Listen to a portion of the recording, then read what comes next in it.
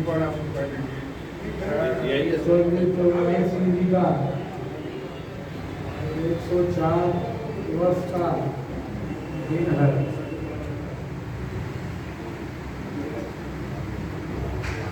इसमें आप लोग पूरे जनपद के कोने कोने से इस अवसर पर आए, आपको मैं बहुत बहुत धन्यवाद देता हूँ।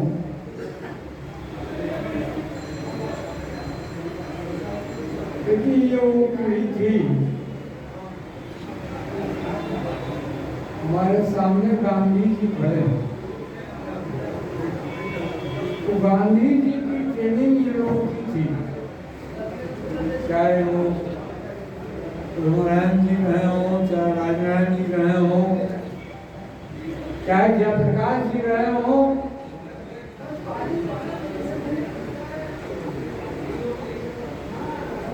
तो वो जो एक परंपरा, एक पीढ़ी, पढ़ने लिखने का काम और इस देश को जगाने का काम जो इस पीढ़ी ने किया,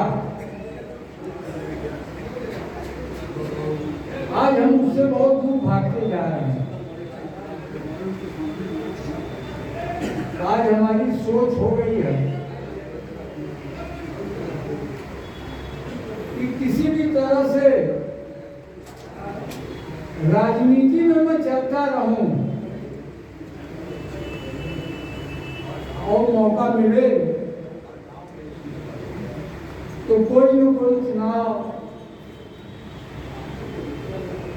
मैं लड़ूं। लेकिन ये पीढ़ी थी दूसरे तरह की।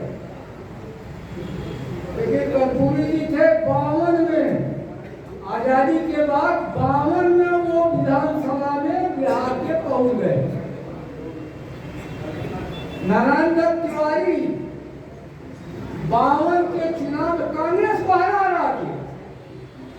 कर्पूरी जी भी कांग्रेस को हरा के गए, नारायण दत्त तिवारी भी कांग्रेस को हरा के 52 में चले गए और बनारस में राजनारायण जी 52 में विधानसभा में पहुंच गए, कांग्रेस को हरा के। तो एक अलग केस था, एक अलग तपस्या थी दोनों के बीच में। उन लोग देश के बारे में सोचते थे और देश के बाद फिर समाज के भी बारे में सोचते थे। आजादी के बाद ये बात उठी, इन लोगों ने कांग्रेस छोड़ा और उस कांग्रेस को छोड़ने के पीछे यही था कि आजादी तो मिल गई, लेकिन हमारे यहाँ असमानता है, आर्थिक असमानता है, आर्थिक और सामाजिक आजादी हम लोगों को नहीं मिली थी, इसलिए ये लोग कांग्रेस छोड़ के बाहर निकले। 43 की बात है, आचार्य जी की फोटो लगी है वहां, बनारस के शिवप्रकाश जी ने उनको नेहरू जी से मिलाया। नेहरू जी ने कहा कि भाई नरेंद्र जी को कहाँ छिपा गया, मेरा कहते शिवप्रकाश जी। तो वो एक आचार्य जी चुनाव कभी एकाग्र जीते होंगे हारे विश्वविद्यालय के साथ। यहाँ विश्वविद्यालय में थे, वाइस चांसलर थे, कभी उनके समय में पुलिस की कैंपस में गई, उस तरह के समाजवादी थे। नेहरू जी की तो तैयारी यहाँ तक थी कि इनको एक बार राष्ट्रपति बनाया जाए, लेकिन नेहरू जी को लोगों ने ये भी समझाया कि ये उस तरह के समाजवादी नहीं है, ये आपकी बात भी नहीं मानेंगे, एक परिस्थिति ये भी आ जाएगी। तो अब तो हम लोग ये सोचते हैं कि ये राजनीति करते हैं, वो राजनीति करते हैं। अब इनकी जो लाइन है, इससे बड़ी लाइन खींचा जाए,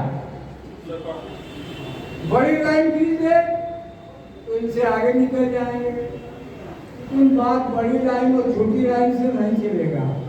बात अब चलेगा साफ साफ विचारधारा की लड़ाई देश में जब तक चलेगी आपको एक पक्ष में रहना पड़ेगा, आपको विचार के साथ जाना पड़ेगा। वो जो रास्ता है वो गांधी का रास्ता है, वो दूसरे का रास्ता नहीं है, मनुवादियों का रास्ता नहीं है।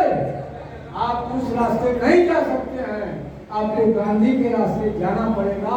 तब ये देश बचेगा, ये समाज बचेगा, ये देश बचेगा। आज उठ रही है ना बात, जिसकी जितने हिस्सेदारी क्यों उठ रही है? समता की बात, समाजवाद की बात। 2-3 उदाहरण राहुल गांधी ने दिया। कहा कि जो दिल्ली में जितने सेक्रेटरी बैठे हैं, जो पूरे हिंदुस्तान को बजट को तय करते हैं, उसमें से 3 केवल ओबीसी हैं। 3 केवल ओबीसी हैं। आप बताइए, विडंबना है ना? मनुवादी की बात आप करिएगा। ये काशी विश्वनाथ मंदिर है, 56 का जमाना था। राजनारायण और प्रेम नारायण जब उस मंदिर में दलितों को लेकर घुसे, मामूली पंडा लोग और प्रशासन ने इन लोगों को धकेल के, फाड़ते, फूकते, उठा के फेंकते हुए काशी नरेश ने कहा कि ये मंदिर पवित्र हो गया, आज के बाद जीवन में मैं इस मंदिर में कभी नहीं जाऊंगा।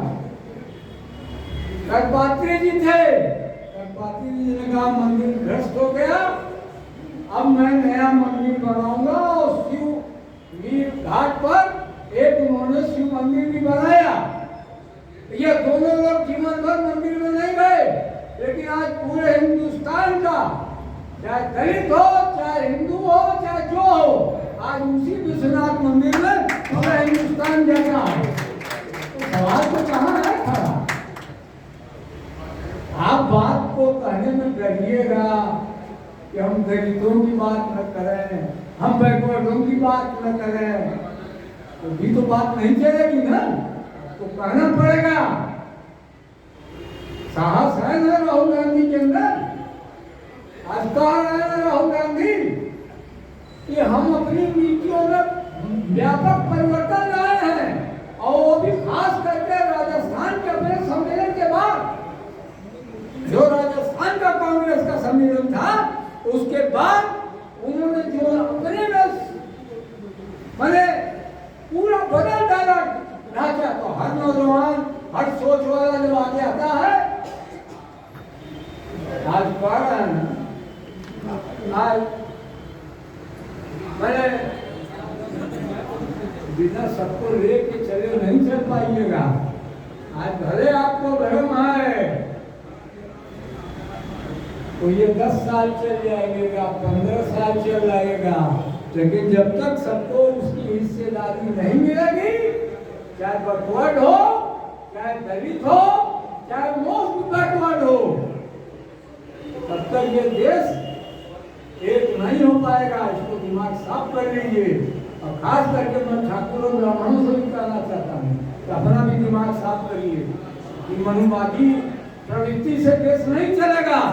ये देश चलेगा, इस देश को भाई आरएसएस ने जब विरोध किया आजादी की लड़ाई का, सुभाष चंद्र बोस की सेना में भर्ती का आरएसएस ने विरोध किया।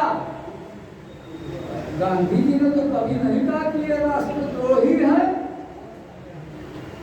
नहीं, अगर गांधी जी उस दिन अपनी जबान से कहते कि जो लोग आजादी का, 42 के आंदोलन का, लगातार आंदोलनों का, अंग्रेजों को देश को खाली कराने के सवाल पर जब गांधी जी अगर कहते जो लोग विरोध किए थे, क्या वो आरएसएस के लोग रहे हो, चाहे वो जो भी शक्ति रही हो, चाहे सावरकर की शक्ति रही हो, तो उस समय गांधी जी कहते कि ये तो राष्ट्रद्रोही है, अगर हम यहाँ बोल रहे हैं तो या निश्चित मान लीजिए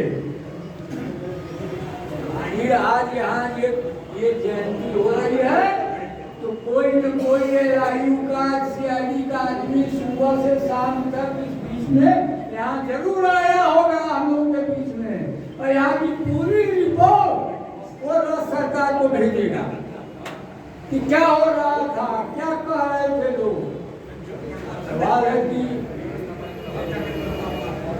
विचारधारा से अब सोचा जाए, और इसमें कोई दो राय नहीं, ये हमारी व्यक्तिगत भी हो सकती है।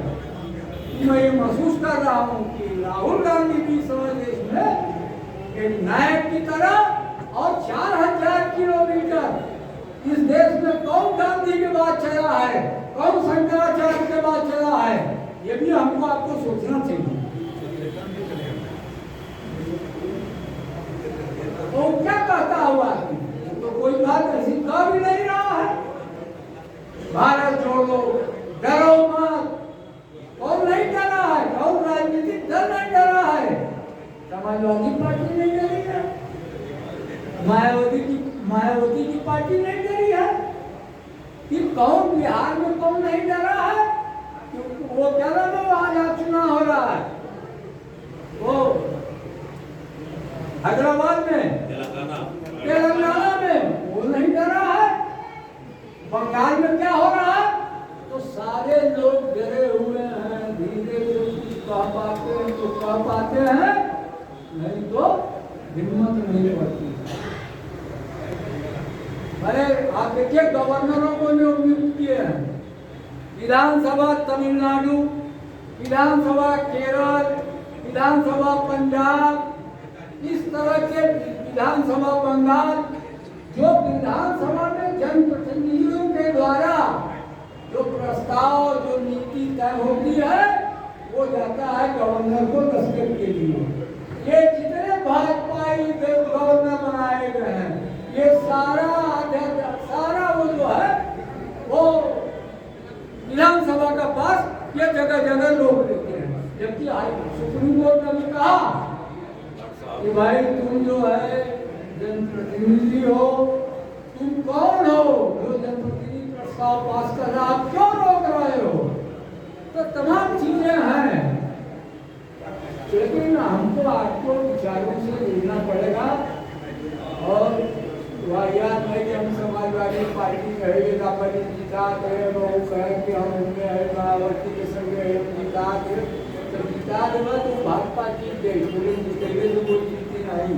जब तक दिमाग साफ नहीं होगा हमारा आपका, और अपने हर बगल वाले से हम अपनी बात करें और उसकी बात को सुने, और उसमें जो भी है उसका रास्ता निकालें।